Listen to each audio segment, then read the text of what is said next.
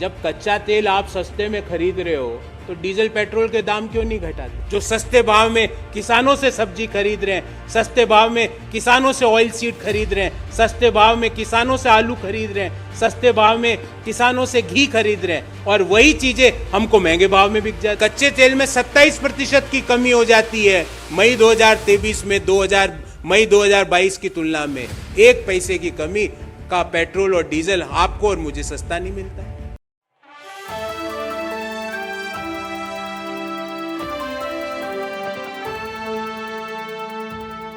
BJP सरकार पर Congress party लगातार हमलावर है। 2024 के लोकसभा चुनाव के पहले तमाम मुद्दों को लेकर यहां पर बीजेपी पार्टी को घेरा जा रहा है। एक तो ये कहा जा रहा है कि आप रखे हुए नामों को क्यों बदल रहे हैं, आप इतिहास को क्यों मिटा रहे हैं, आप इतिहास को मिटा रहे हैं, अपना इतिहास क्यों लिख रहे हैं, ये कहा जा रहा है। साथ में अगर आपको बता दें तो जमीनी स्तर के जो मुद्दे हैं उनको लेकर भी जो है सियासत गर्म हो चुकी है। कांग्रेस पार्टी ने ठान लिया है कि जनता को जो है एक एक झूठ से वाकिफ कराएंगे कि बीजेपी कितने झूठ 9 सालों में बोल चुकी है। नमस्कार, आपके साथ मैं हूं ऋतिक सविता। स्वागत है आपका नेक्स्ट 9 न्यूज पॉलिटिकल बाइट में। दर्शकों, आपको बता दें कि एक बार फिर से नाम बदल दिया गया और अब ये कहा जा रहा है कि आखिर क्यों देश के प्रधानमंत्री नरेंद्र मोदी अपना इतिहास लिख रहे हैं, आखिर क्यों देश के प्रधानमंत्री नरेंद्र मोदी कैमरा जीवी बने रहते हैं। इस बार गौरव वल्लभ ने जो है बहुत सारे सवाल खड़े कर दिए, आप खुद ही सुनिए।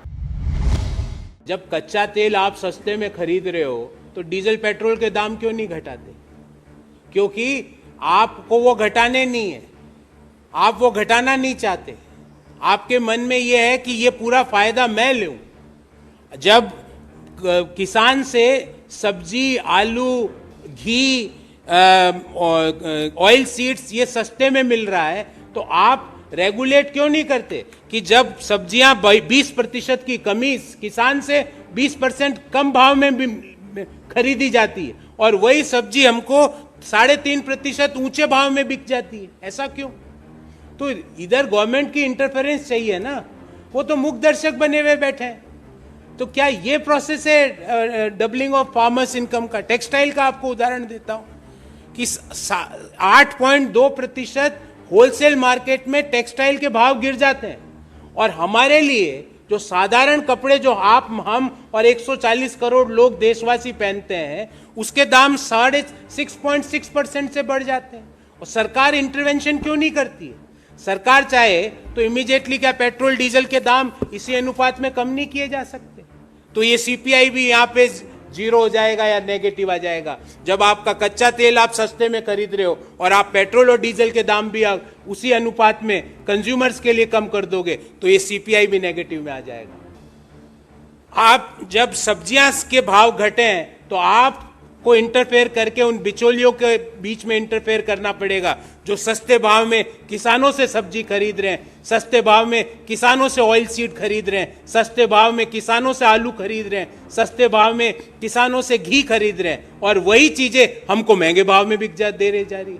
और दुर्भाग्य की बात यह है कि अगर मैं मान लीजिए कि फूल गोभी का उत्पादन करने वाला किसान हूं तो मेरे को फूल गोभी मैं सस्ते में दे रहा हूं और मेरे को अगर मेरे सेल्फ कंजम्पशन के लिए आलू चाहिए तो वही आलू मैं महंगे में खरीद रहा हूं। अगर मेरे को मेरे सेल्फ कंजम्पशन के लिए खाने का तेल चाहिए तो वो खाने का तेल मैं महंगे में खरीद रहा हूं। तो गवर्नमेंट, आज मैं वैट और एक्साइज ड्यूटी की बात नहीं कर रहा हूं। टैक्सेस जो लगाए हैं 2014 की तुलना में डीजल पर 2.5 गुना, पेट्रोल पर लगभग 2 गुना, उसको कम करने की वो लूट तो चालू है। पर जो आपको बेनिफिट मिला है सस्ते कच्चे तेल का, जो आप खुद कह रहे हो, कि मैं नहीं कह रहा, आपका WPI का आंकड़ा कह रहा है कि कच्चे तेल में 27% की गिरावट आई 2023 में मई 2000। कच्चा तेल सस्ता 27 तो 100 रुपये आपको 70% वहां अगर जिस दिन 73 हो जाएगा ये भी नेगेटिव होगा। पर सरकार क्या करती है, अगर कच्चे तेल में 1 पैसे की भी कमी हो तो आज रात 12 बजे से वो आ जाएगा, 1 पैसा बढ़ जाएगा। पर कच्चे तेल में 27% की कमी हो जाती है मई 2023 में मई 2022 की तुलना में। 1 पैसे की कमी का पेट्रोल और डीजल आपको और मुझे सस्ता नहीं मिलता। तो गवर्नमेंट की इंटरफेरेंस की जरूरत है, ये कि ये प्रोपोर्शनल, या तो होलसेलर नेगेटिव WPI का फायदा उठा रहे हैं या सरकार उठा रही है, और दोनों को चेक करने की जरूरत है। पर मोदी सरकार को कोई मतलब नहीं महंगाई से, वो तो ढोल बजा रहे हैं महंगाई कंट्रोल में हो गई। अब आप बताइए, वेजिटेबल -20%, खाने का वेजिटेबल ऑयल्स एंड फैट्स -29.5%। क्या खाने के तेल में 29% की कमी आई मई 2023 में मई 2022 की तुलना में? क्या हमारे लिए खाने का तेल 1 रुपया भी कम हुआ? उसके दाम हमारे लिए तो बढ़े हैं। तो that is what we are saying.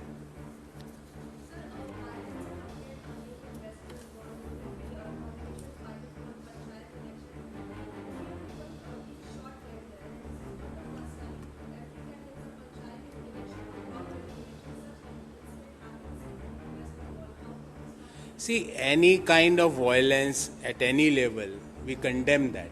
Any kind of violence. So, और लोकतंत्र में तो वायलेंस की कोई जगह ही नहीं है। हम तो हमेशा बुलडोजर के भी विरोधी रहे हैं, ठाए ठाए ठाए हवा में मारने के भी विरोधी रहे हैं। हम तो कानून के शासन में विश्वास करते हैं। हम तो उस शासन में विश्वास नहीं करते जहाँ गाड़ी पलट दी जाए, जहाँ मुख्यमंत्री कहे गाड़ी भी पलटी जा सकती है। हम उस शासन में विश्वास ही नहीं करते। So any kind of violence, we condemn it, and the details of the case which you had quoted regarding West Bengal, I am not aware of the full details. Our West Bengal in charge or the senior leaders from West Bengal will give you a better answer on this. एक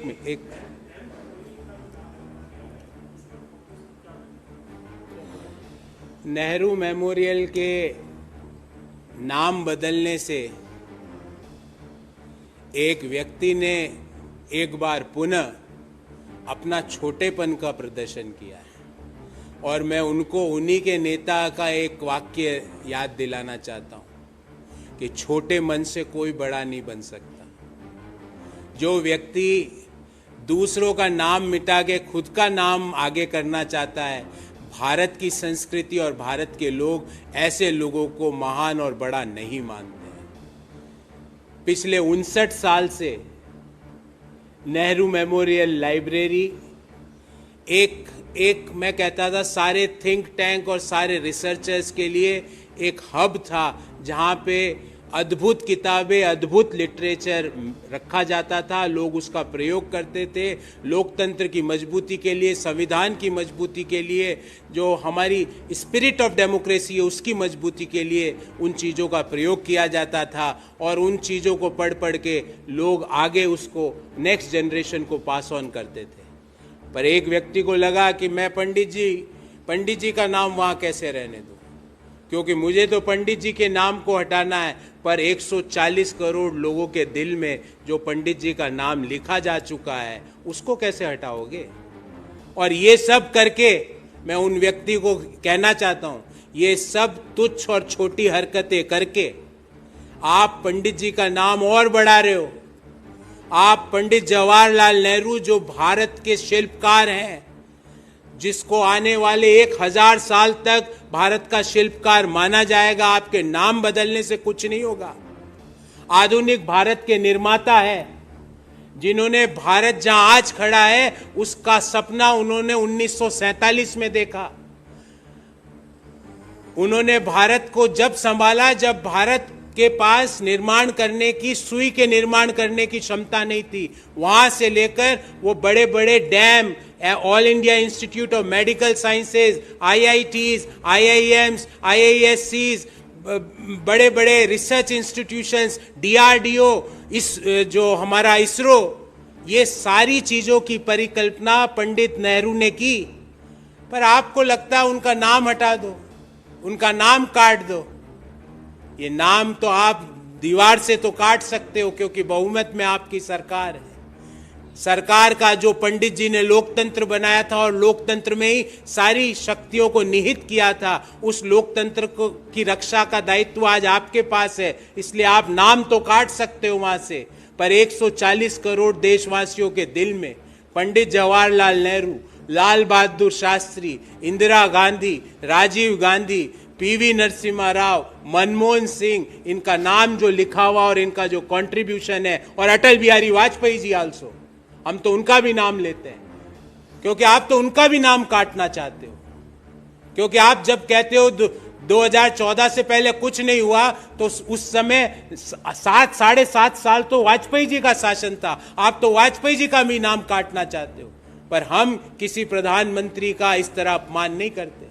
हर प्रधानमंत्री का कोई ना कोई contribution रहता है, हर प्रधानमंत्री जनता के बीच जाता है और जनता इसकी बात सुनता है, अपने मन की बात नहीं कहता है, लोगों के मन की बात सुनता है। पर आप अपने मन की बात कहते हो और आप अपने मन की बात सुनते हो, लोगों के मन की बात नहीं सुनते। अगर आप लोगों के मन की बात सुनते तो इस तरह की छोटी हरकत, इस तरह की गलत हरकत आप कतई नहीं करते। और पुनः कहना चाहूंगा, ये सब करके आप अपने आप को छोटा कर रहे हो पंडित जी।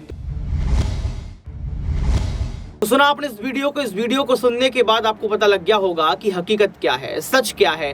आपको पता लग गया होगा कि किस तरीके से यहाँ पर जो है गौरव वल्लभ ने ये साफ कर दिया कि अगर राजनीति करनी है तो राजनीति कीजिए, लेकिन राजनीति की दास्तान में जिस तरीके की आप विशुद्ध राजनीति को घुसा रहे हैं ये गलत है। लोकतांत्रिक मूल्यों का जो आप हनन कर रहे हैं ये गलत है, क्योंकि संविधान की रक्षा के लिए, कानून व्यवस्था के लिए आज विपक्ष की पार्टियां एकजुट हो रही हैं। दर्शकों आपको बता दें कि यहाँ पर जो नाम बदले जाते हैं, चाहे वो किसी शहर का नाम हो, किसी क्षेत्र का नाम हो, किसी कॉलेजियम का नाम हो, किसी स्कूल का नाम हो, किसी कॉलेज का नाम हो, ये सवाल खड़ा किया जाता है कि आप इतिहास को मिटाने का प्रयास कर रहे हैं। लेकिन गौरव वल्लभ ने जो बातें कही, आप इससे कितना सहमत हैं कमेंट बॉक्स में आप जरूर लिखें। आज के लिए सिर्फ इतना ही। देखते रहिए नेक्स्ट 9 न्यूज पॉलिटिकल वाइट।